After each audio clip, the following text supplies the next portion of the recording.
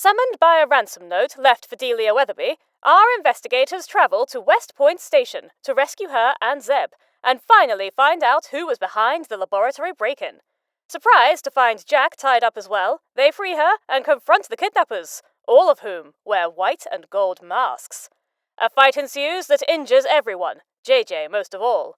The ringleader is revealed to be none other than Tressa, who in the moment of her demise reveals a new name, the Faceless, opening up a whole new mystery for the investigators of Lamplight to unravel. The neon lights juxtapose to the darkness outside. The coffee machine still percolating even this late, the sizzle of meat on a grill, the quiet conversations of late-night regulars and the raucous of those who have been out on the town, mingling, dancing, whatnot.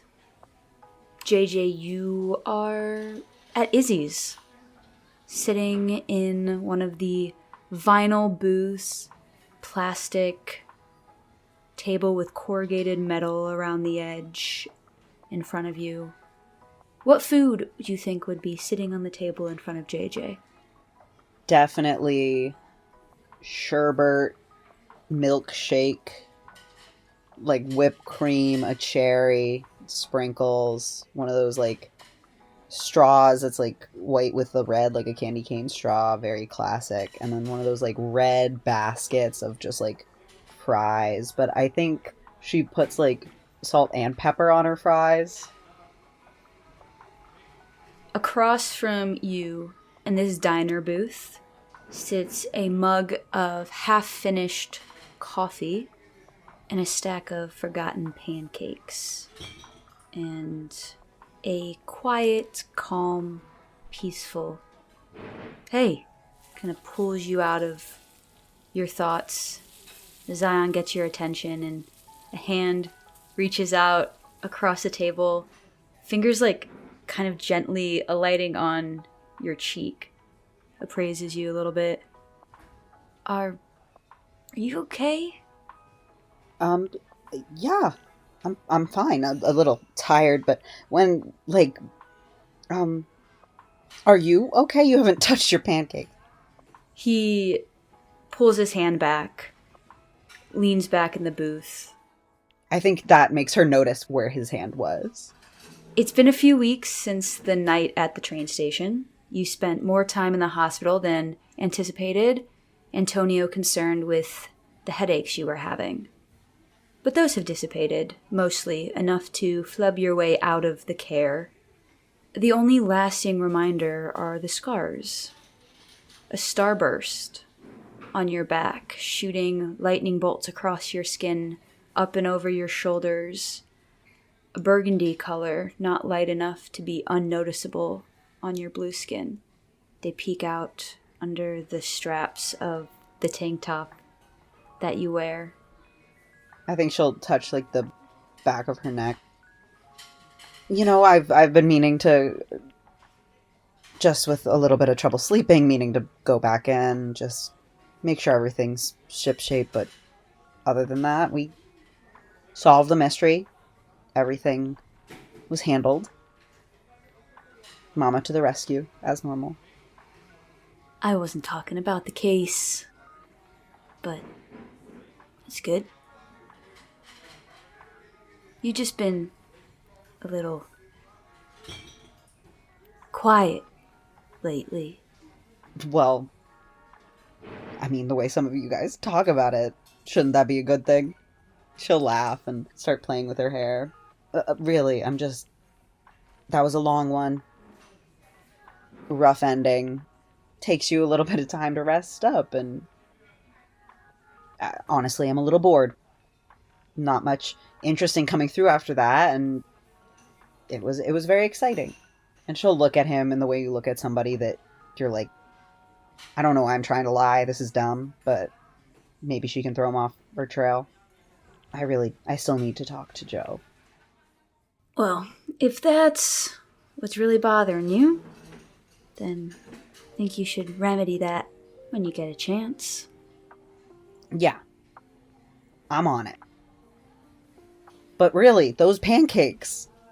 Come on. Fine. He picks up his fork and his knife and he starts cutting it and he looks over at you and says, but maybe don't,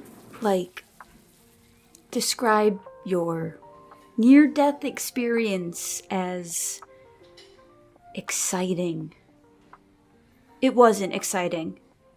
And he starts cutting his pancakes a little more angrily than it seems necessary. And you hear a, "Oh, hi, JJ!" Shuffling out from the back is this individual, orange fox-like in coloration, ears sticking out from behind a headband. "We missed ya!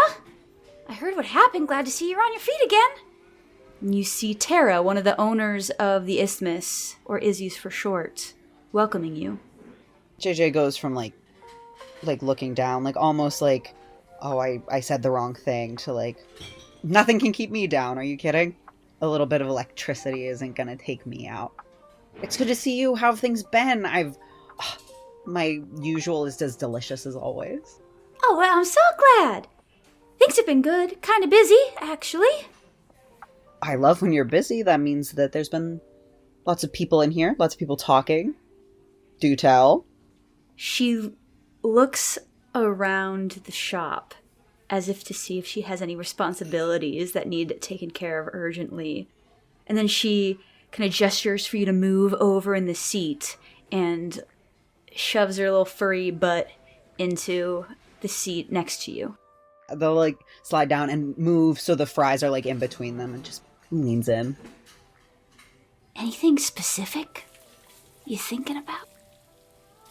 No, I feel like I've missed out on so much. Oh, I know there was Mr. Arrow and his wife. Are they still... A fun little update to that situation. Mr. Arrow had joined this private club. Is it the club? Yes. No. Yes. And that's why Mrs. Arrow was mad, because he was being all secretive about stuff. And she just didn't know. It wasn't even as scandalous as we thought it was. And that somehow makes it more scandalous. Wait, is she in the club? It seems to be a point of contention whether or not he wants her to join the club. Oh, I'm gonna put my ears out and I'll let you know if I hear anything, but... Well, it would be wild if they both were at the club. And of course I've never been, but maybe I'll have to make an exception. JJ, do you have a little crush on Mr. Eros? I have a little crush on putting my nose where it doesn't belong, if I'm being honest, but I know you understand. But as juicy as that is, anything new, anything hot, fresh off the press? Nothing spicy per se, maybe something a little more, business for you. Let me get out a pad and paper. I'm kidding. Do spill. I've heard a couple things buzzing around. In the underground, there's apparently an uptick in demand for something called Absium. It's a crystal is what I've gleaned. Some special type. Special in a power way, or special in a you think you have powers way? Special in a people are willing to pay a lot of money for it way. If you hear anything more about how it works, I'm very interested. I could see more than that for you. Are you interested in a cellar? And at that, I think JJ intertwines their fingers and leans their head on. I always know when I come here, I'm going to leave a different person. Of course, I want to have that information. You are a blessing. I'll keep my ears out and let you know. Thank you. And do say hi to your partner for me. Oh, will do. She went to bed early tonight. Maybe you should close early for the night and go join. Unless you're going to head down to the club later with Mr. Arrows. Well, I'm not gonna do that. And she comes out of her whispers with you and stands up from the table. And she points at the window to a flashing neon sign on the outside. I can't close Izzy's. It's open 24/7. And we are all so grateful for that. Dependable is the name of the game, JJ. JJ will kick Zion under the table. We're all grateful for it. Yeah, ma'am. Thank you so much. And Tara turns to walk away. Oh! Remember that kid? A couple months back? The one that you guys found and has been in the clinic for a while? JJ will have like a moment of like shock before like schooling it back into like, of course. I mean, it's one of our proudest moments finding them before they were hurt. Why? Did something else happen? Well,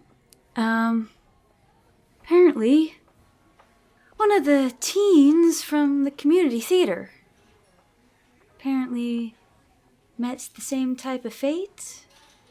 Talk about speaking nonsense and then passed out and has been in the clinic for a couple days now. I'm surprised Mama hadn't heard anything about it given Gwen's position.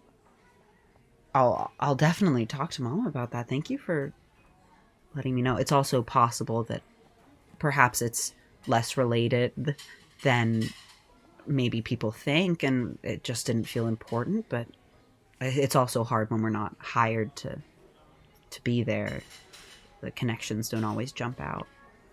Oh, it's all good. Sometimes information slips through the cracks. But never slips past Izzy's. You can count on that. Well, JJ, Zion, have a good rest of your... Looks at her watch, which is this very interesting gadget that almost looks like if somebody had made a pocket watch into a wristwatch. So she has to like flip it open to see the clock hands. And there are like 3 or 4 different ones swirling around this clock face. And she says, I guess have a good rest of your morning. Oh, time flies. Thank you again. And I think JJ will put down like a solid tip and then like another slurp of their milkshake and prompt Zion like, I'm gonna go. With his mouth full, he goes, I thought you wanted me first for pancakes. No, okay. And just kind of sadly puts the silverware down and quickly chews the rest of the pancake in his mouth, kind of wipes the syrup on the back of his hand and wipes that on his jean pant leg and follows you out. Don't let Mama know I saw you do that and didn't give you a napkin or something. I'm a grown adult, JJ. I can do my own laundry. It's the principle of the matter, Zion. How many times does Mama have to tell you that?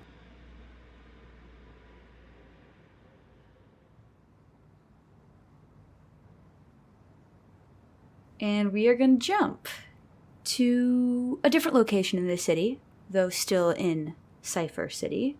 Blocks away, down an alley, a garage door open to the night, trash skittering by in the wind every so often. You hear the sound of sparks flying. Ah!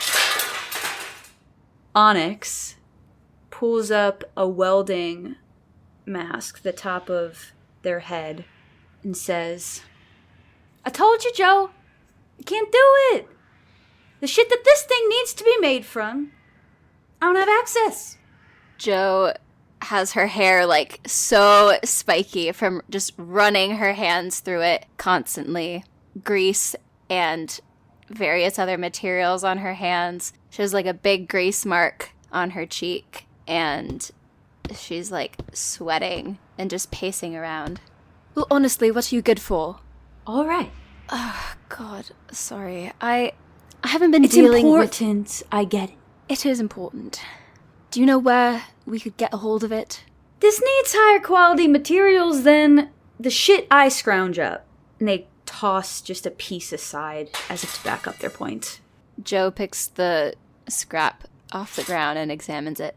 You're right. It is shite. Well, what are we going to do in the meantime? Let me look at the thing again. And kind of motions for you to give him this piece of paper that you have been passing back and forth, which is the piece of paper that had that lens diagram on it that you found in Viola Weatherby's laboratory. And they go, see, I don't think I don't think the lens here is just glass. I think that's why it's not fitting. Well, if it isn't glass, then what else would it be? I mean, it could be a lot of things. There is that symbol on that page. I'm not familiar with it, but with it marked like that, maybe that's a name or signifies what it is, the material. I'm thinking it could be that fake shit that they make up that's cheaper, but I don't think that would make sense. I think it could be... No, they wouldn't have spared any expense for this one. They wouldn't have resorted to cheaper materials. They would have, if anything, used things that aren't readily available on the market. So maybe it's not even like glass. Maybe it just looks like glass. Maybe it's not supposed to be see-through. Joe goes over to a little workbench that has alcohol and glasses on it and picks up a rocks glass that's about like half full with watery whiskey. And she shoots it back while Onyx says this. When he starts talking about maybe it's not glass, she holds her glass up to the light. Something like crystal, maybe? They pause for a moment. Their comically wide eyes widening even more. And they slowly look up at you across the garage. Hand kind of slamming down on a tabletop as they lean into it. I mean, they'd have to, like, sand that down to nothing. If you use a high enough heat, and if you use something equally hard, I mean, you'd have to sand it with diamonds, basically, but... You lose so much of the crystal itself. At that point, what would even be the point of it? You're just wasting materials. Unless the properties are so rare that you can't use anything else. A mystery. All right, so the point of a lens, when we think about it, is to, like... See? Magnify or refract or mirror. So what special property would this have that you couldn't accomplish with glass? You'd have to know what crystal it's made of first. Joe examines the paper. Can't get over this marking. I've never seen anything like it before. I mean, they're coming up with new breeds of crystal all the time. They mush them together to make new things. Maybe it's just something like that. Do you know anyone who's doing that? I mean, what do you mean by no? Onyx, are you keeping secrets? No, I'm not keeping any secrets, Joe. I don't get involved in that shit. I like to do my work, not fully above board, but above more board than that. Because otherwise you're going to be paying a lot of money, and it's probably like a big corporation who's mixing and matching. Otherwise it's going to be some shady shit. I know it's happening, that's it. I don't have specifics for you. I know it's happening. Onyx, I specifically have a lot of money and love shady shit. Why would you not tell me about this? Doesn't matter how much money you have, Joe. These people are not... Once they do something for you, you're gonna owe them forever. That's such an odd thing to say. What? Are you talking about drugs? No, I'm talking about mixing crystals. Onyx, I want to know what you know. I want to know who's doing this, and I want to see them. And I want to know who's paying a lot of money for these things, and if I can do the same. You're gonna get me in trouble. You don't have to be a part of it. Just write it down on a piece of paper and... You want me to make physical evidence? Okay. Perhaps you don't come with me, and I go alone. Perhaps. Just stay out of it. Someone died over this, Joe. I know. I'm not gonna help you get yourself killed in some seedy underground market, okay? And they pointedly look at you. I'm not going to that seedy underground market with you to get killed. You're very good, you know that? I don't know what you're talking about. Joe rushes over to him and grabs his face and, kisses the top of his head. Very dramatically. Okay. Listen. If you have the money to blow, and you get some of the shit that you need, come back to me. I got all this shit, we can use it. Will do. You better come back. Don't get yourself killed in that seedy fucking underground market, okay? You know I never get myself killed. Maybe a little injured. Couple close calls. But I haven't been killed yet. Do you want to take these with you? And they hold up the plans. Not to the seedy underground market that you're not going to, just home. No, I will leave them at home. Alright. You can have them. I'll remember it. You got a pretty good memory. Onyx, I doubt you'll figure anything out when I'm not here. Okay. Well, with that attitude, we'll see if you come back if I let you back in here. Now get out. You don't have to let me back in if I don't have what we need. Or if you do. And they smash a button on the wall, and the garage door starts coming down as you're, walking through it. Joe definitely continues to, have her head in the empty space that is slowly shrinking. And she says, "All right, we're friends. I want you to remember that. You love me. Yes, I will see you soon, unless I get killed to the place that you sent me. You sent it to me specifically. Goodbye." You are almost limbo low to the ground, and they smash it again so it stops where it is and says, "I called Jeju when she was in the hospital, but I haven't actually seen her in weeks. She usually stops by for dinner, so just say hi for me, remind her of my existence. Thank you very much. Bye." And slams the button again and the garage door closes.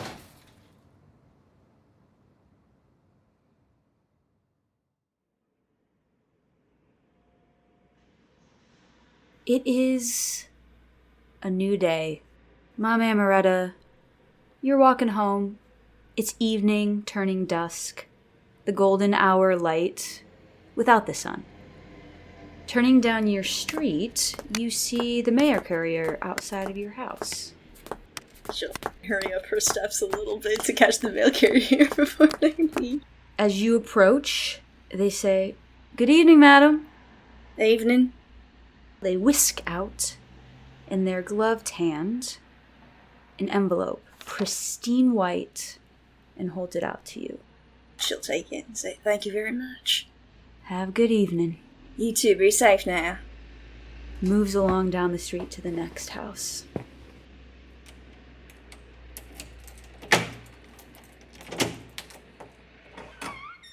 I guess she'll step inside of her place and make sure to close the door behind her, lock it, and all that, and then pop open that letter. Official and familial. The first thing falling out of the envelope is a smaller scrap of paper, and it reads, "You don't often get to hear me sing. Publicly, that is. I procured a few extra invitations. I would love for you to come. Your dear brother, Andres." And then pulling out the next sheet inside is an invitation trimmed in gold. There are 3 of these pages, cardstock with official signage, and it reads, "You are cordially invited to attend the Night of Gilded Birds, presented by the Arclight. A night of music and dancing and drink. Dress code required. Present your invitation at the door." And on each of these 3 invitations that you've received, It also allows each person that has an invitation to bring a +1 if they so choose.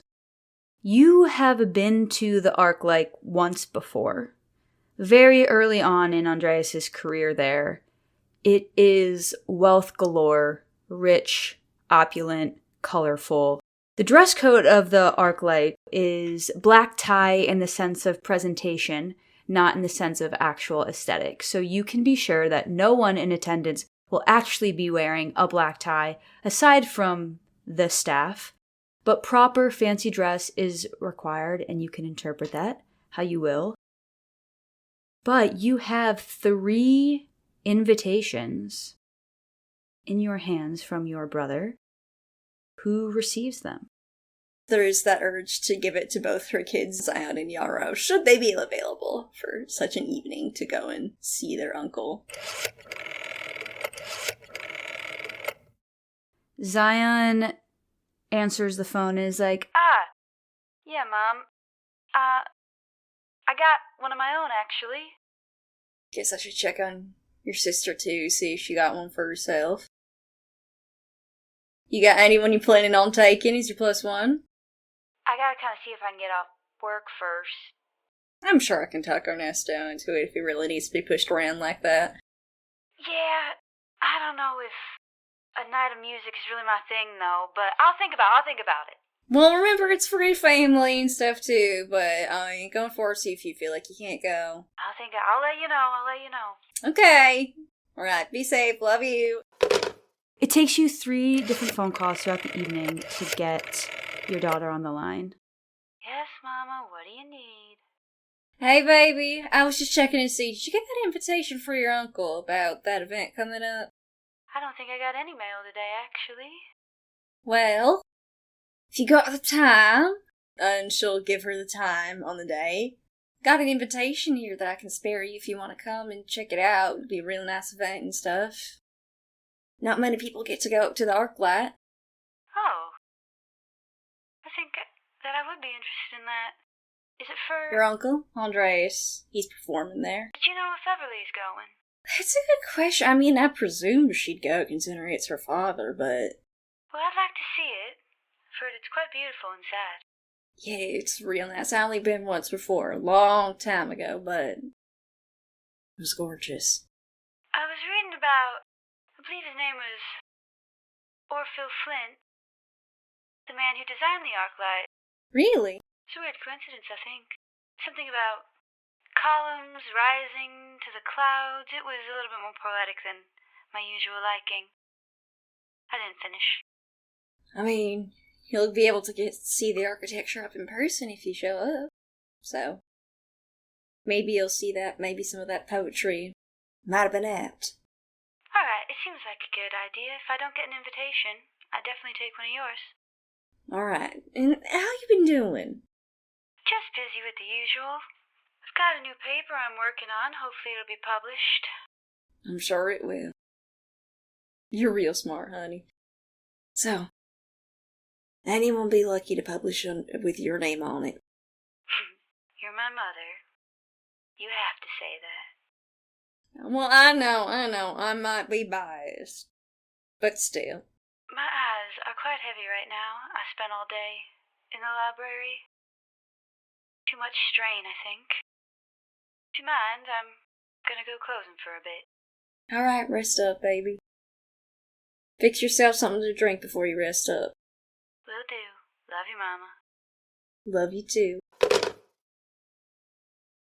Over the next few days, you get a call back from Yarrow, who has finally received the invitation, though latent, and she is definitely going to be there. Zion has been giving you a little bit of a runaround on whether or not he is going to show his face. No good excuse for it, trying to do everything in his power to change the subject whenever you ask. With your 2 children having received their own invitations, where do your 2 extras go? I will give it to my other 2 children. Next time those 2 come into the office, Mama Amoretta will present them with their invitations, and they can take a +1. And then maybe she can convince Zion that someone might be there that might be more enticing to go and support your uncle. You ask Antonio to be your +1, and he lets you know that he did receive his own invitation, but he is working a late shift that evening, and so probably will not be able to be in attendance. Pardon the interruption, but here's another show we think you'd like. The Badlands. A truly God-forsaken place. You'd have to be crazy to leave the safety of Threed for its sands. Legend has it that beneath this blighted earth, something truly powerful lies dormant, calling out to any traveler brave or desperate enough to listen. One day, aboard a doomed train into the wastes, 3 strangers heed that call. A shape-shifting bounty hunter, Stranger's gone by many names, friend. a runaway socialite, Okay, girl, well, you just did your mascara, so no more crying for today. and a former thief turned family man. I promise that I will be back, and I will do my absolute best to right you. Will our runaways find what they're looking for? I mean, we're already here, let's have a little fun. You really went in there, guns blazing. I thought that was the plan. My potions are miraculous. I thought we were being quiet. Oh, Stump only has 1 volume, sorry. Wild roses grow out of his mouth, having filled his lungs. What's happening out there? Violence. Find out on Mage Hand High Five, The Badlands. And just between you and me, they ain't got a chance in hell. You can find the links to this show in the description box below. The Arclight is a thing of beauty.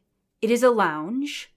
It is a performance venue. It is a gallery. It is an event space. It has a strong marble facade on one side, and on the other, a beautiful dynamic golden sculpture that bleeds right into the glass overlooking the gardens. It's lit by 100 glittering chandeliers and crystals. Every surface is polished to a glimmer, allowing for the bouncing of light that makes the place even brighter than it actually is. Mama, as you pull your car up outside, a young individual opens the door as soon as you brake, a hand out to help you out. I would be more than happy to park your car for you. Thank you very much. They help you out of the seat and they replace themselves in it, putting the car in drive and pulling out, and you watch just around the next corner. Mama Amoretta steps out of this car wearing this, kind of golden bronzy dress that has, that kind of turns into a soft white at the bottom. And the bust and shoulders are, encrusted with, these nice jewels. And it seems to, evoke these nice puffy sleeves that kind of, round out her shoulders and then hug in at, tight at the forearms. And gives, a nice mermaid cut, almost. And, a little, heart line. And her shoulders are exposed. And it's all cinched in, so it just has all the curves in all the right places. She has, this deep red lipstick going on and almost kind of this 1920s style makeup. Her long hair is tucked back into, this kind of, bun, and then her bangs are kind of finger curled in with, the natural curves of, the curls of her hair and stuff. And she looks amazing. She definitely looks like she kind of, belongs in this place. She's very excited and happy to be here, and there's just this glowing grin on her face with her little cane and a nice fan to boot with a clutch purse. JJ showed up at Arthur Winch's apartment door not as early in the morning as the first time. And this time when Arthur answers, he has on a white shirt. The sleeves are rolled up to the elbows, tucked into green trousers with brown leather suspenders onto the back, and the top 2-3 buttons on the shirt are undone, hair slightly tousled, a little bit of sweat on his brow. And you present this invitation to Arthur. And he takes it and he looks at it. This is a lot fancier than what we have been doing. Are you sure? It's fancier than I'm quite honestly used to. But I have fun together, and it's music. If you have a outfit that you can wear, I'm still trying to scrounge something up.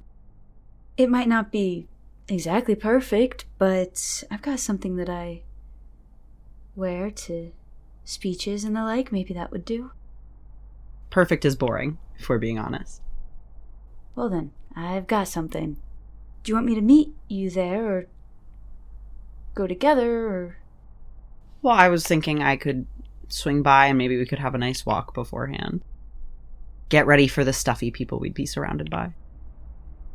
I like that a lot, I think. Excellent. I'll pick you up at 8. Sounds like a date.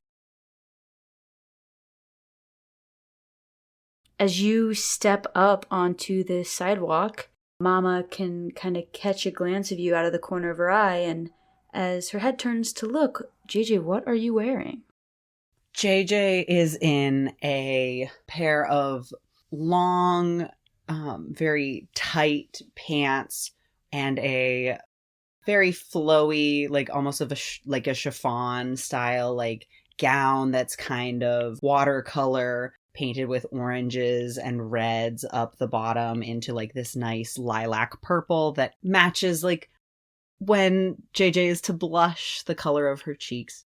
And then on top, it is a like chiffon with very like puffy sleeves, but it's layered. So like it's like orange underneath like a yellow, underneath a like pinkish one. So like it changes as like she moves, and it's a cropped sort of jacket. And their hair, which is almost always in ponytails, is nicely like curled and left down.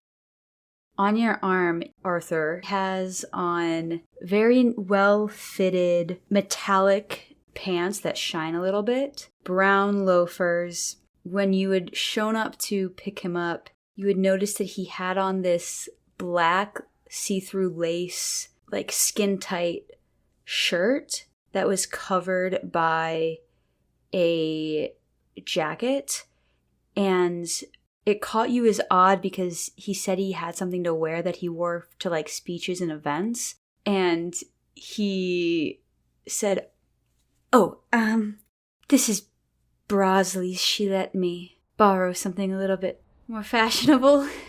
He has his arm threaded through yours, and he goes to run his hand through his hair, except he realizes that it's like gelled and he can't do it or he'd mess it up. So he kind of stops, but you see that his finger kind of like pulls one out and it just like curls around his forehead and like frames his temple. And he walks with you over to where Mama Amoretta is standing.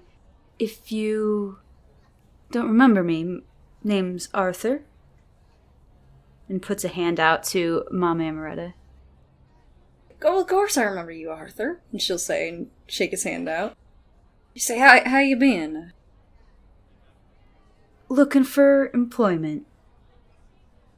Well, I mean, with a name like that, it might be the best thing you ever had or the hardest thing to do right now.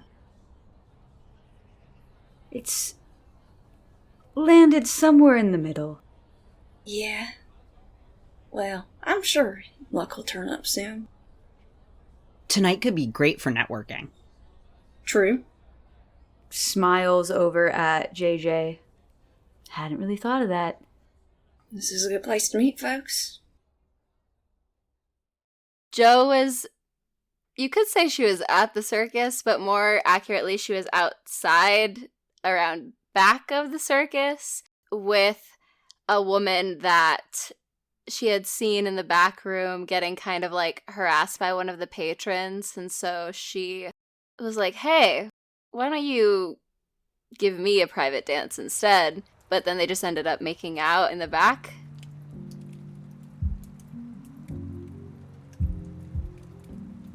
The door into the back alley shoves open. Well, this is new. Or old. Or I guess I'm just usually involved in it. Jo kind of like breaks away for a second, wipes her mouth a little, and is like, oh, well, the lovely Liana here doesn't know you, so I thought extending an invitation your way might be a little off-putting to her. No, it's fine. I don't want to be involved. Liana, this has been incredible. Save it, sweetheart. It's okay. I think I have a conversation to have. Oh, no, please. I didn't mean to, interrupt that. I come outside of the bar.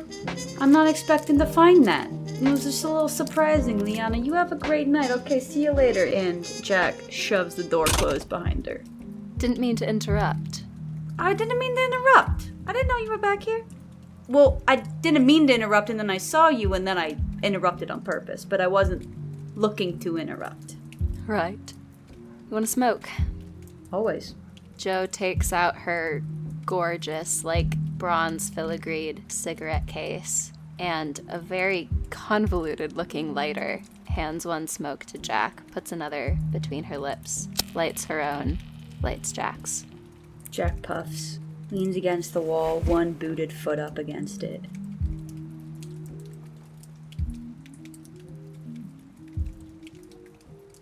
No, I truly didn't mean to interrupt you, and then it was funny. Okay, so just, it became a joke type of thing. I forgive you. Thank you. Goodness gracious. I have to beg here. I have to, get on my fucking knees. That would be a good sight.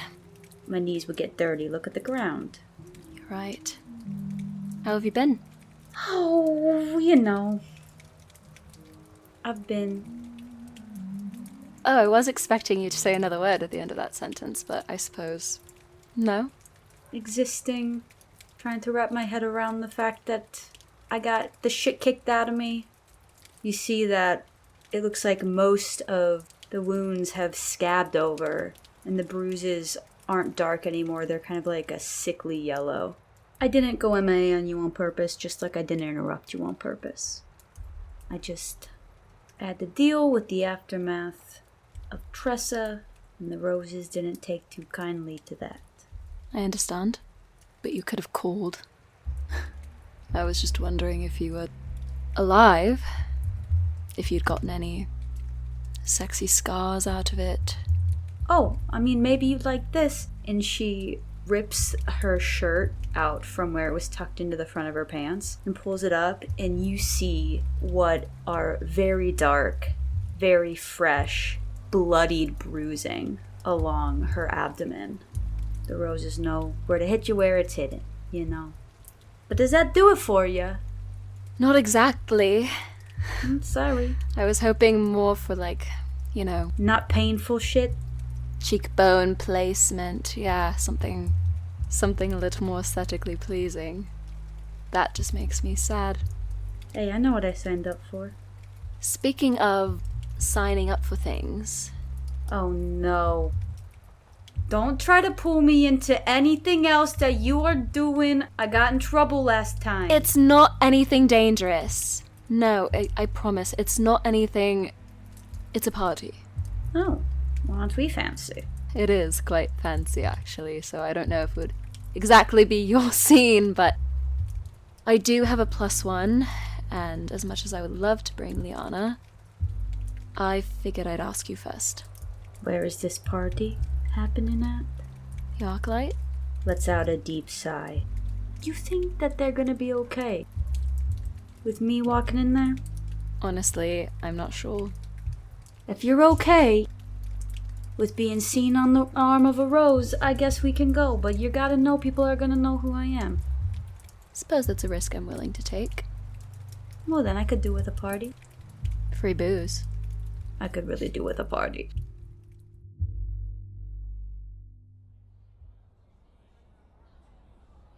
The bike skids to a halt outside of the Arclight. You can see Mama dressed so beautifully. JJ in clothes you're not really familiar with JJ wearing a lot, with an individual who you can't tell who they are from behind standing next to her. Joe is wearing leather trousers, very pointy, sharp, steel-toe black boots, a very low-cut, sheer, roughly white blouse, and an intricately embroidered velvet blazer, along with so many rings, necklaces, earrings, you name it, every bit of jewelry in various metals, and it shouldn't work, but she has so many of them that it all kind of matches. She's wearing eyeliner that she kind of just put on and then rubbed her eyes a bit to get that effect. And then doing her hair usually just means dunking her head under some water and slicking it back. But since she gave the helmet to Jack, in the wind it kind of got a little loose and it has those like pieces falling down. Jack takes off the helmet, kind of holds it under her arm. She is wearing a dark navy blue, like, suit set. The pants are, like, skin tight, and they have these dark gray leather, like, straps around them, around the thighs. And there is a black shirt under a leather vest that has like a bunch of these silver chains and like metal gears like that stick off of it. And over this metal gear contrapted vest is a same navy jacket that is open to show what's underneath, and the collar isn't folded over, it's just a straight collar.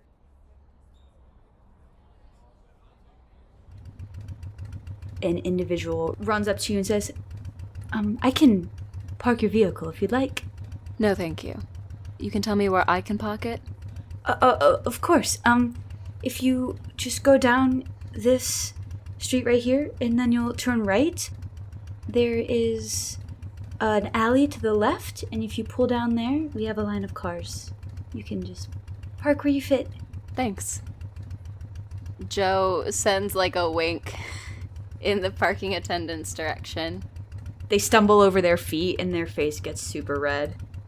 You really do just make people fall all over for you.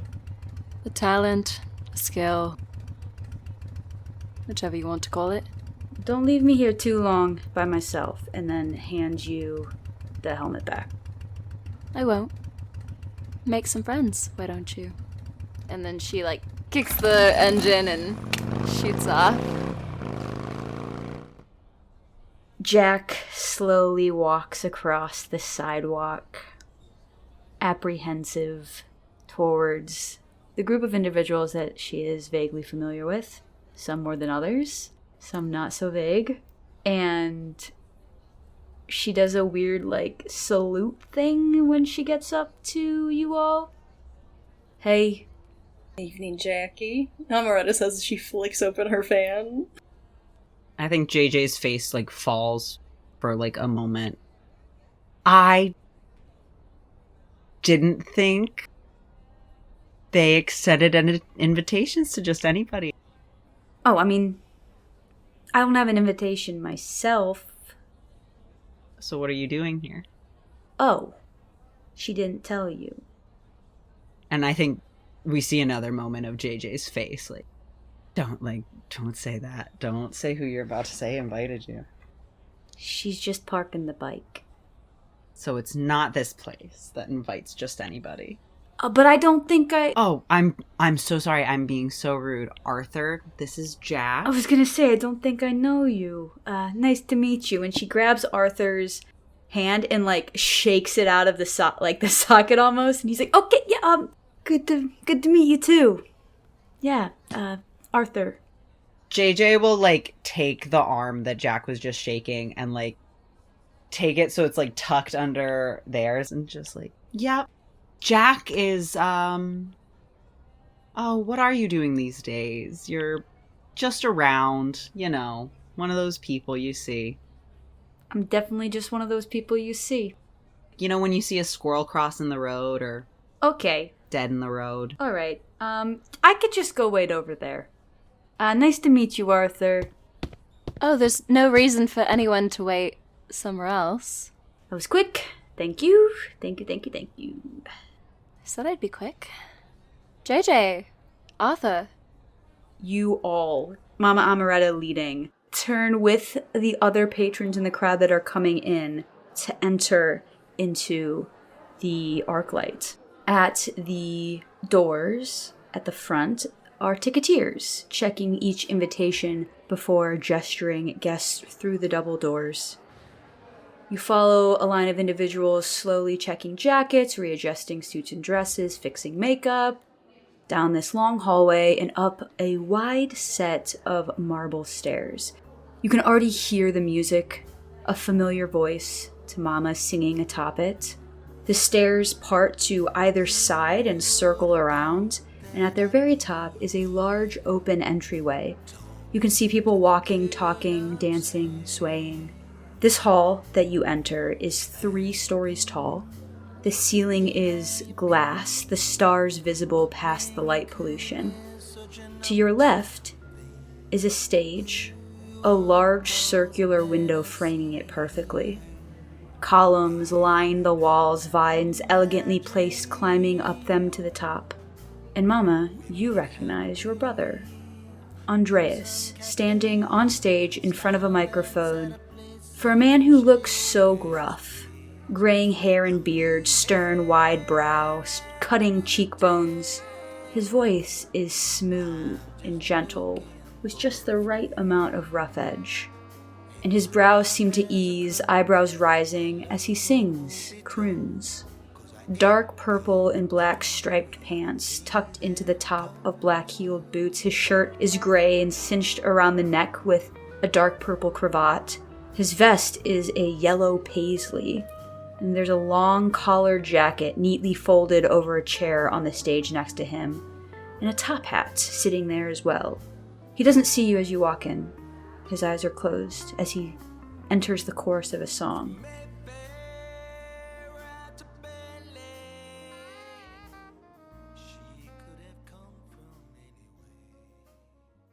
Danny, do you have any interest in rolling your new move that you chose for entering a new location? Yes, I would love to. That is a 7. You can ask me a question that you have about the location. In terms of exclusivity, is this, like, exclusive even for the people in Nova, or is this, like, a thing that people in Cypher usually can't get, but people in Nova generally pulling the right strings that most people have access to could get a spot here, or is this like a... So the lounge of the Arclight is the most common space part of the Arclight. This is not that. The lounge is a place where your brother often regularly sings. It is simply a high-end type of bar, though. So drinks that are out of price ranges for most people. It is still a little bit of a classier establishment. They do have a dress code in there as well. But it is open to the public if you meet the standards. The event space, the gallery space, this performance venue that you've entered upon is technically available for anyone, but you have to reserve and book it. And they are very picky in their choosing of who gets to use this space and for what. My brother's been moving in some circles recently, it seems. He booked a really good gig. Like, he's just a good performer, and the Arclight creative staff liked him. And yeah, he fell in with the right people for this job. Holy shit! This place is insane! You've never been here before. I haven't been in this room here before. I've been in the basement a couple times. Yes, well, the thing that you learn about places like this is most of them look the same. And they don't like when you yell, holy shit. Oh, well, good to know. Thank you. I won't yell holy shit in the hall. I think Joe shoots JJ a look. JJ will shoot it back. You see people mingling about this room. You see that there are servers walking around with trays of hors d'oeuvres, trays of champagne. There is a beautiful wooden bar off to one side with a glass top, these glass shelves on the wall behind that are filled with bottles and also intertwined with gorgeous, colorful, purple, pink, blue flowers. Joe lifts 2 glasses of champagne off of a passing server's tray and hands one to Jack. She clinks the tops of your glasses together. Cheers. Cheers? She takes a very hesitant sip, and you see the slightest twinge in her face, but she doesn't say anything. What is it? Nothing. Nothing. Nothing. It's fine. No, please. Now you must. It tickles. It tickles. Have you never had champagne before? I haven't, no. Why would I have champagne? Why would I have anything like this before? What, you think I'm sitting at the table with the people in charge sipping whiskey or something? No. I'm getting fucking beaten up in the storage closet. It tickles. Back to that. Why? Carbonation. I don't know how they get the bubbles in there. Yeah, no, I want a whole fucking history lesson on, like, how they make champagne, how they make sparkling wine. No, I'm just kidding. Anyways, I don't think I'm gonna drink that. More for me. And Joe downs her own and then also Jack's and looks around for a moment and then just places both of the glasses on whatever surface is closest to her.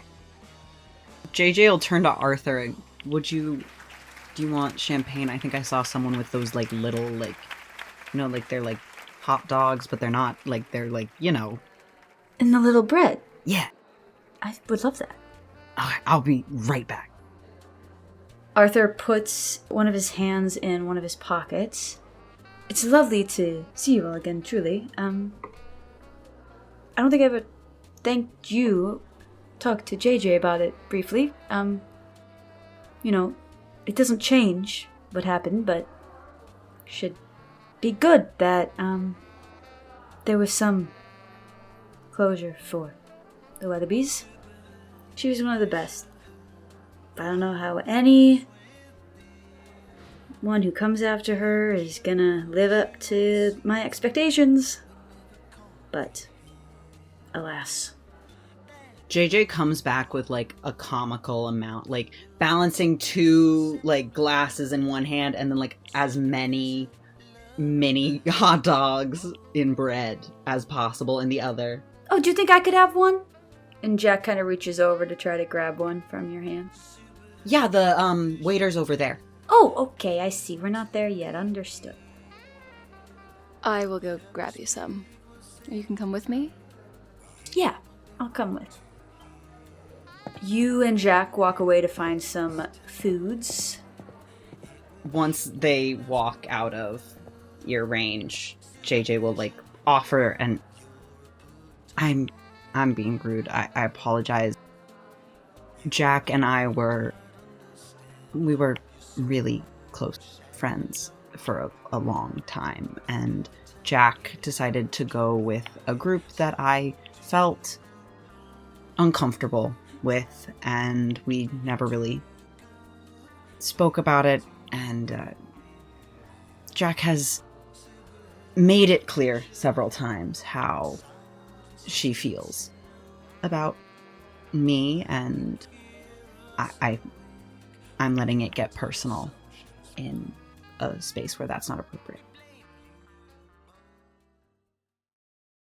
I need you to roll the mask. It's a little lie of omission, but it's still a lie. So 9. I think they give you the benefit of the doubt and remain convinced, even if there is some evidence of your lie. Arthur says, yeah, I noticed some tension. Figured there was something there that I didn't yet know about. I hope I'm not getting in the middle of anything. Oh, no, it's just, you know, when you don't like somebody and then your friend starts dating them and then doesn't tell you that they're bringing them. Caught me off guard. I wasn't prepared.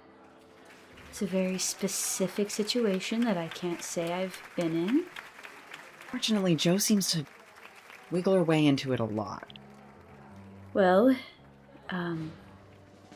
she has an air about her, of course she does, so unsurprising. And I think JJ will, look up at, wherever Jo is. When Jo's in a room, it's hard for people to not look. I can't say I blame her. As Jo walks off and Arthur and JJ are having this conversation, JJ is the only head that turns to watch Jo walk away. Arthur reaches out and squeezes your arm a little bit, trying to comfort, reassure you. But personally, you're more my speed. I think I'm much easier to get to know, certainly. Mama Amoretta, you hear a call that echoes around this space. Auntie, you're here! And walking swiftly, never running, is Everly. She is Mama Amoretta's niece. She is Andreas's daughter. She is wearing this white dress that hugs her tight around the neck. And atop it is another dress with thin red straps, and the red kind of attaches under her breasts across her rib cage. And it goes down to mid-thigh, and then the white dress comes out farther beneath.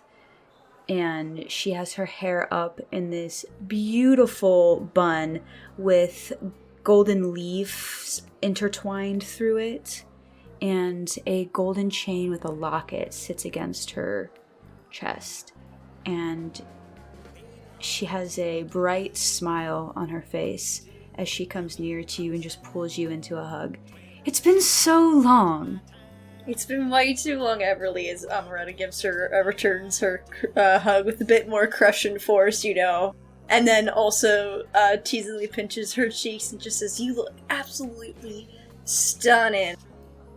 I mean, just wow. You glow against the light, baby." She steps back and appraises, looks down at what she's wearing. She says, "Thank you. I tried." Your father is great as ever. I mean, that's quite the outfit. I don't know where you found that pattern, but I don't dress the man.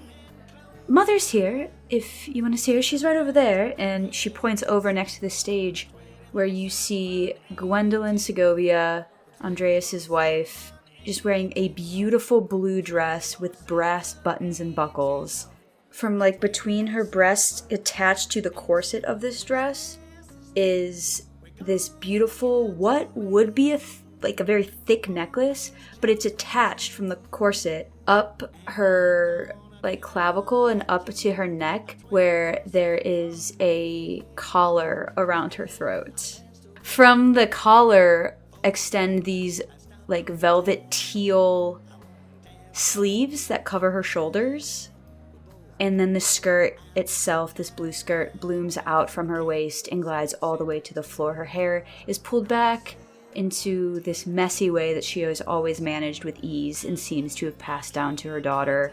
Her brown skin is painted with highlights and charcoal. Her ears glint in the light from the sheer amount of rings hooked around the lobes. And you see that she has her hand on the shoulder of a young girl, looks to be about 12 or 13, maybe 14, in these black leggings with a simple like green dress with these sheer long sleeves just over these leggings. And she's standing next to the stage with this young girl who's just looking up and watching Andreas. Amoretta's gonna go over and say hello to her best friend since childhood. The one she actively set up with her brother. She actively conspired to get them together.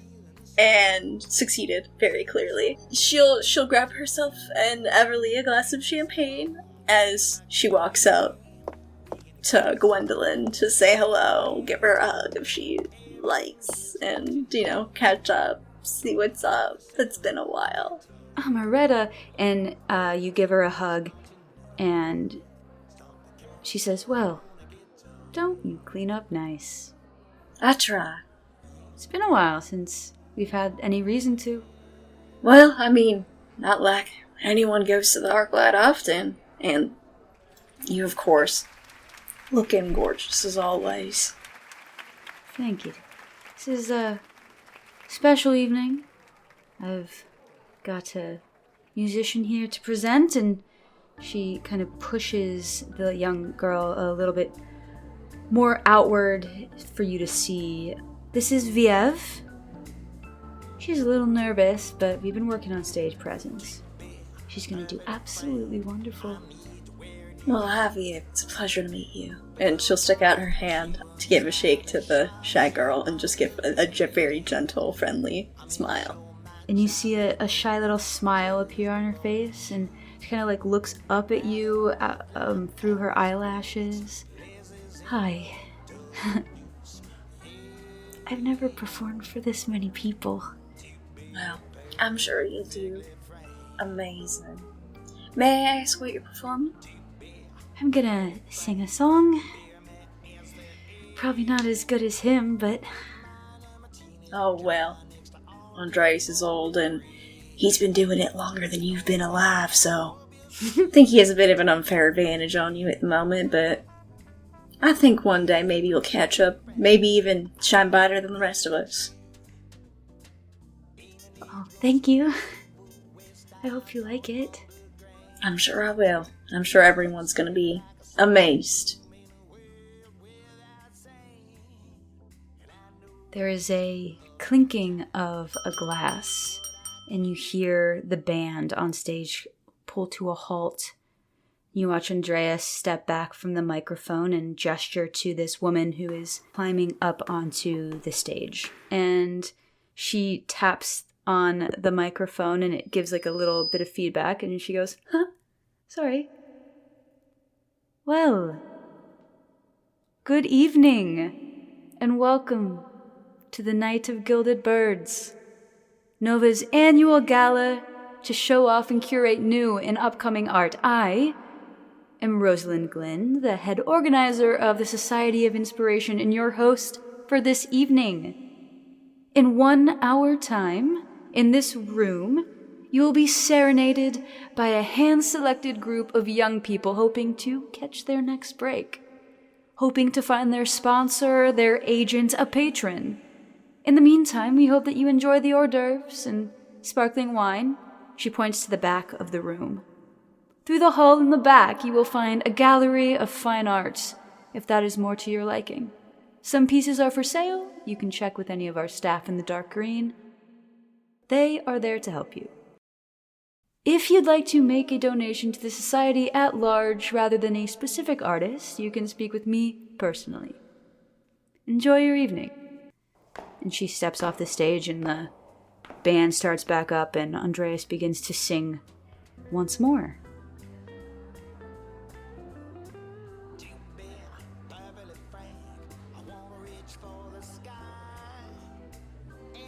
Mama, I know I've heard Andreas before, but he really is talented. I know, we're quite proud. I mean, believe me, I used to have to tell him to shut up every single time he was in the shower because he'd take too long because he kept singing. But, well, glad he kept going. I know what that's like. My roommate. I mean, sometimes they can be in there for like half an hour. I mean, if you know where the water heater is, a neat trick is just to turn off the hot water. It'll get him out real quick. That's a good one. I'm trying that tomorrow. I know it's gonna happen again. JJ, if you don't mind, I think I glimpsed an old professor of mine. Oh, yeah, of course. I'm pretty easy to spot. I'll be right back, and then leans in, leans out, and then quickly leans back in and kisses you on the cheek. JJ will, like, bashfully, like, oh. I'll be back. Like a squeeze on the shoulder and, like, a nod.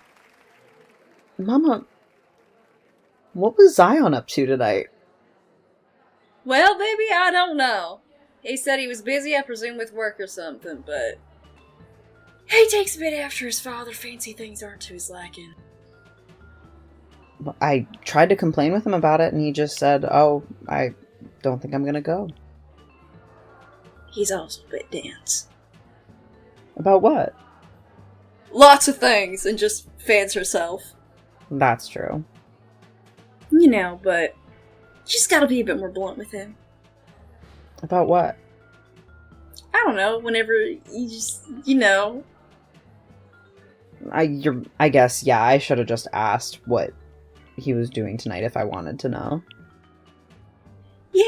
Yeah, I mean, he said he was probably working, so I assume working is what he is. I mean, we could probably drop by afterwards if, you know, we're hungry or something. Though if they keep bringing around these plates of thank you very much, and she'll pluck another hors d'oeuvre of some kind. Jack kind of twirls around, so she's walking backwards, and Joe is kind of following her.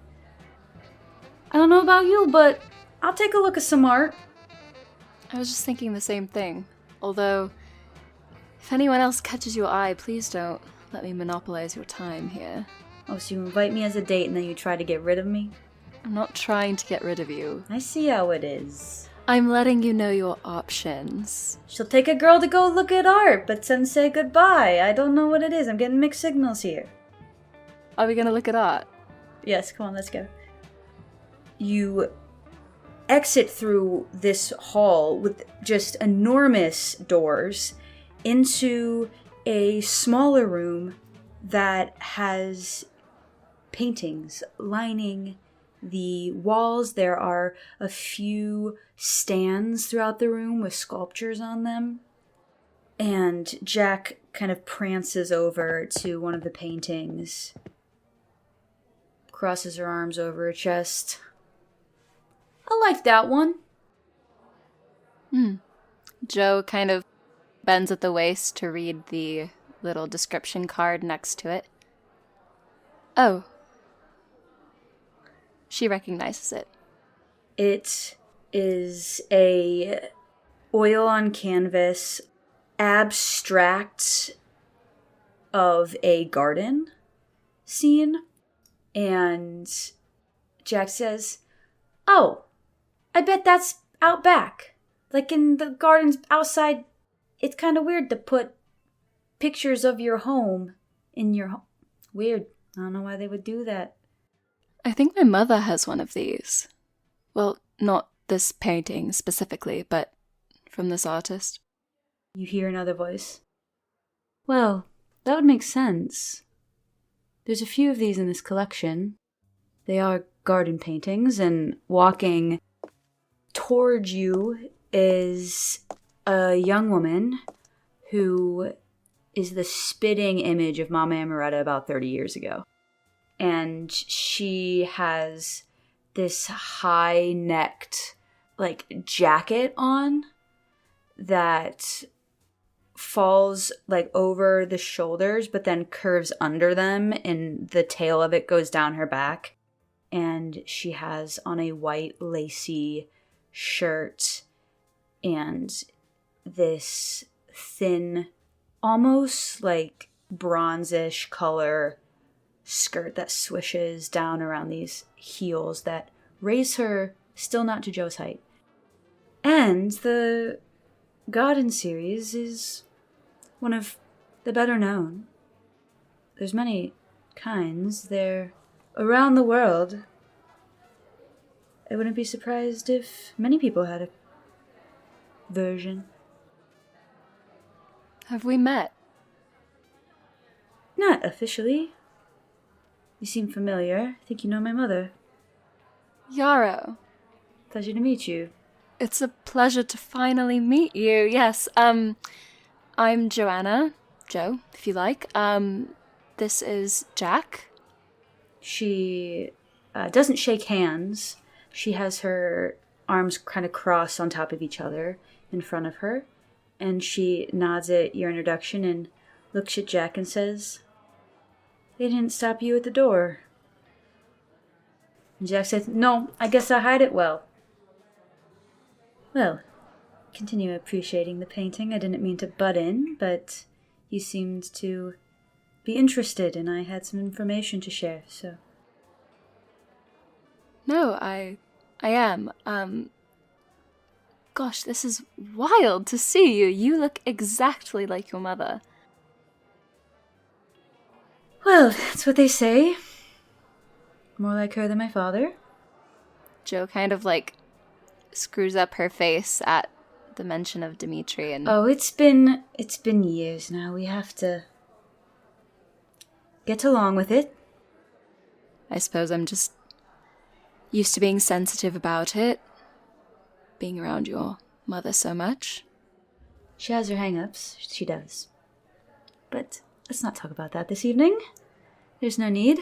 No, are you here with anyone? Just my family. Right, yeah, there's a few of you around here. There's a bunch of us around the city in general, I think. Well, it was a pleasure to make your acquaintance, and I'm sure we will see each other again. If you have any more questions about the art, I probably have answers. Do you run this gallery? No. I just read a lot. Me as well.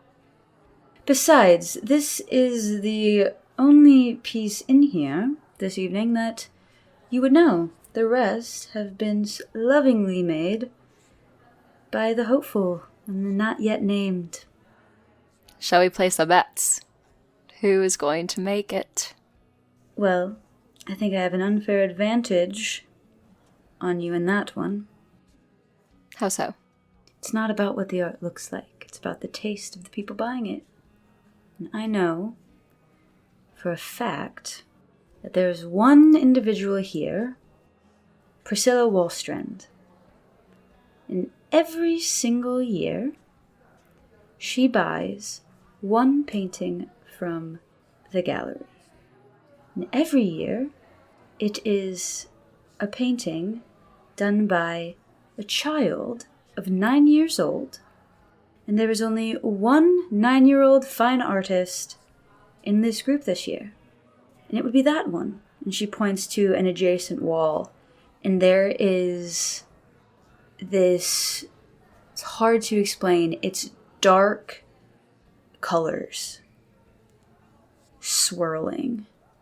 But the longer you look at it, the more you see that it looks like a path and a dark forest and twisting tree limbs, and then as if it like blends back in a mist of paint.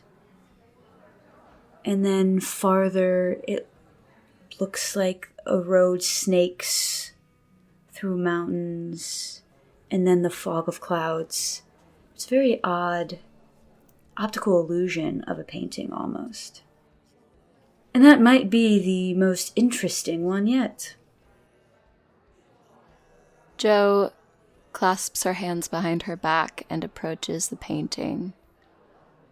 She stares at it intently, her eyes following the whirls of paint, the implied dark forest, and as she looks, it almost seems to move, and it triggers this deeply buried memory of a dark forest,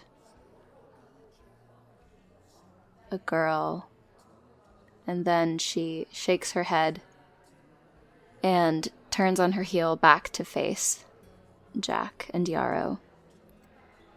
Well, it is exceptional, especially for a 9-year-old, but what a strange tradition. Well, not to bring the mood down, but Priscilla Wallstrand had a 9-year-old son who went missing, and she's been hung up on him ever since. How many years ago was this? About 7. Tragic. She turns back to study the painting again. I don't like it. The painting. Well, you're not buying it, so I guess that's okay. That's true. Also, not to be rude, Jo, but I didn't know you had a mother. Doesn't everyone? You know what I mean. I will leave you if you have any more questions. I know where to go. Lovely to meet you. Likewise. And she kind of strolls through this gallery space and every so often stops off with one of the people there. Get away from the creepy painting, okay? And you can tell me about your mom if you want to, because that was a drop. You come into this thinking that you're like an orphan who Mama Amoretta took in, and now I'm finding out you have a mother. Mama doesn't just take in orphans, although for many intents and purposes I am one. You've got JJ, you've got you. That's the only 2 people she's taken in. Both of you without families, or I assumed, or was told. I don't really speak to my mother, but she's very much alive. She does not live in this country. She lives overseas, where I'm from. She's brilliant and gorgeous and cruel. She brought me up in places quite like this, actually. I had my first glass of champagne when I was 9, alone in the coat closet, sitting on top of her fur coat while she socialized. We didn't have to come here, you know. If it brings it back, we can leave. It's all right. I like to support the family that I have chosen, and I'm glad you're here. All right. I can live with that. What would you say if we found a coat closet? I would say that was what I was thinking, but I didn't want to presume nothing. I'm the one doing the presuming, so... Jack grabs Jo's hand and pulls you out of the gallery, out of the main hall. And as you are coming out of the main hall down where the stairs were that you first came in, you see, hopping up the stairs, none other than Zion. In not black tie, has pants on that are his pants, but they're not well fitted. Has a shirt that's open pretty far down the chest, but looks to have water stains on it. And has a bandana tied, pulling his hair out of his face. Seems a little bit flustered and harried. I thought Zion wasn't coming tonight. Who? What? Where? Mama's son, I specifically thought he's quite underdressed. Well, no, he does not look like he's supposed to be here, but that's none of my business, you know? Joe, looks at Jack for a second, weighs her options. Perhaps I check on him later. Sounds good to me.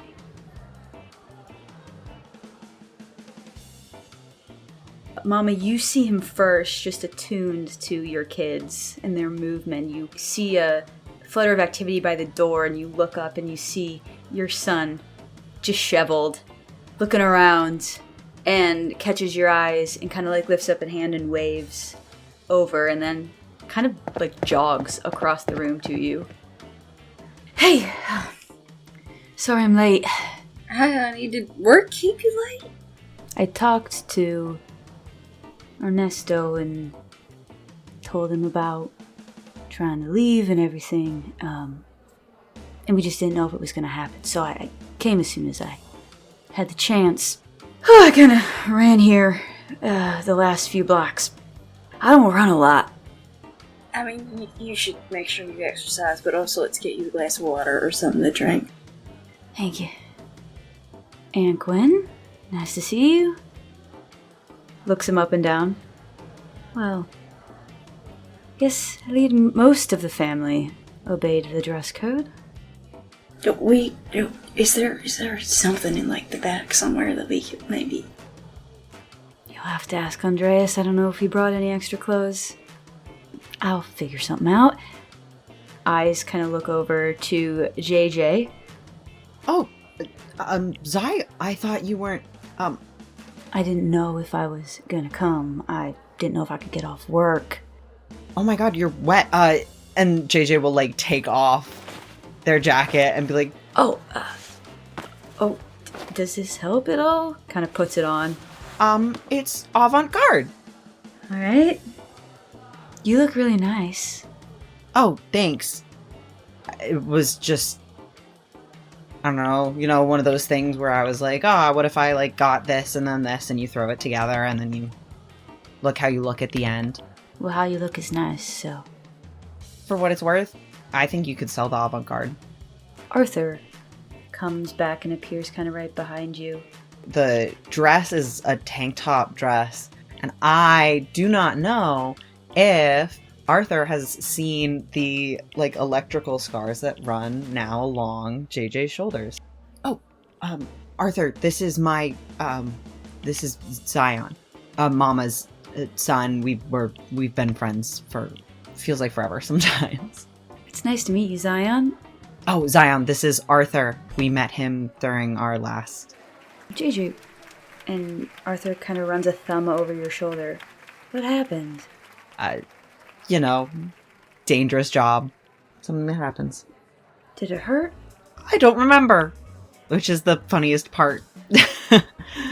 But I'm good now. I mean, there's headaches from time to time and the sleep, but it's only been 3-4 weeks. You know how electricity is. Not to be played with. Do you have a problem with that, Arthur? No. I just didn't know it had happened. There is a intensity from Zion in this moment as he looks at Arthur, and an innocent naivete of Arthur not getting the hint or the vibe that Zion is putting off. And Zion says, all right, well, I'll be right back. I'm gonna go see if I can make this more appealing. I don't know. If someone says something to you about it, they're snooty art assholes. I think you look nice. Kind of trying to parrot the same what he said to her earlier. Thank you. But, I gotta show face for my uncle, I guess. Something a little nicer than this on his big night.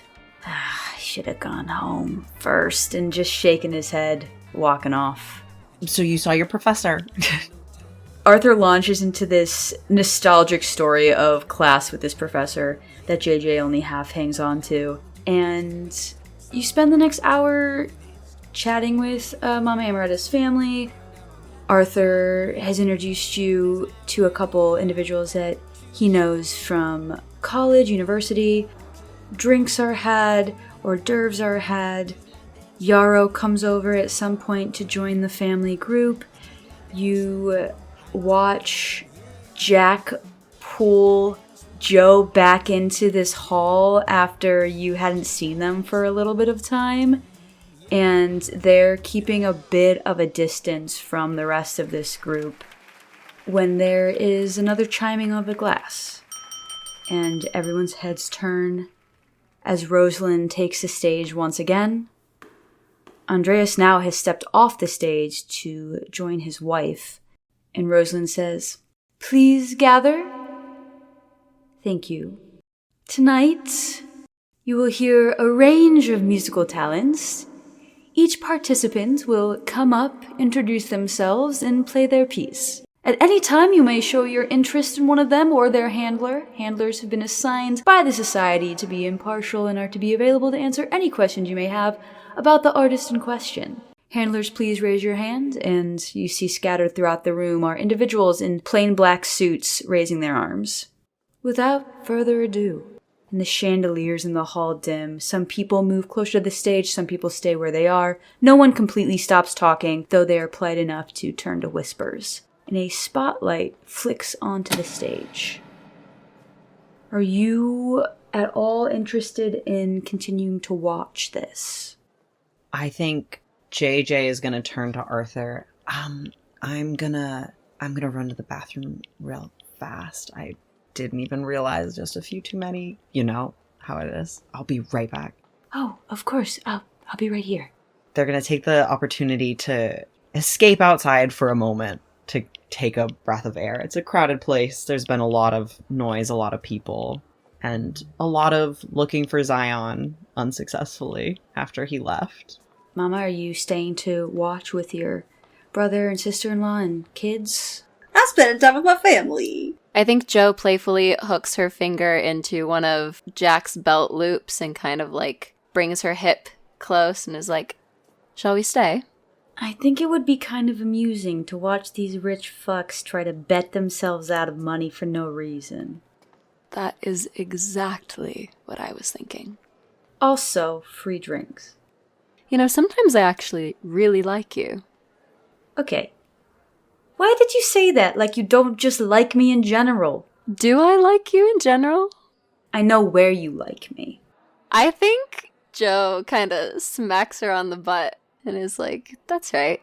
So you sit and you watch a couple young people come up onto stage. One of them plays like classical acoustic guitar. One of them sings a familiar song that is definitely much too old for this individual to be singing, but there they are. It's very popular. And then there's a little bit of a commotion as 3 stagehands pull a harp up onto the stage. And a girl, probably one of the older ones who've performed so far, not yet out of high school, but probably 17 or 18 years of age, sits on a stool next to it. She is wearing almost like a Greek style of cream dress, strapless, with a like white flower crown around her head. And she hits a string just to hear it, and it reverberates. And it almost feels like, for all of you watching, like the lights in the room dim even more, and that spotlight on her grows brighter. And she settles her hands on either side to play. And the first note, the smallest note in the world for Jo and JJ, seems to come to a halt. This note rings. It resonates prolonged throughout the room. It's sweet, it's mesmerizing. You feel warmth blossom in your heart. Pictures start erupting in your head of you, of people you know, of memories. Another note, and you are sucked into this vortex that feels like it's squeezing your brain, and colors are erupting everywhere around you.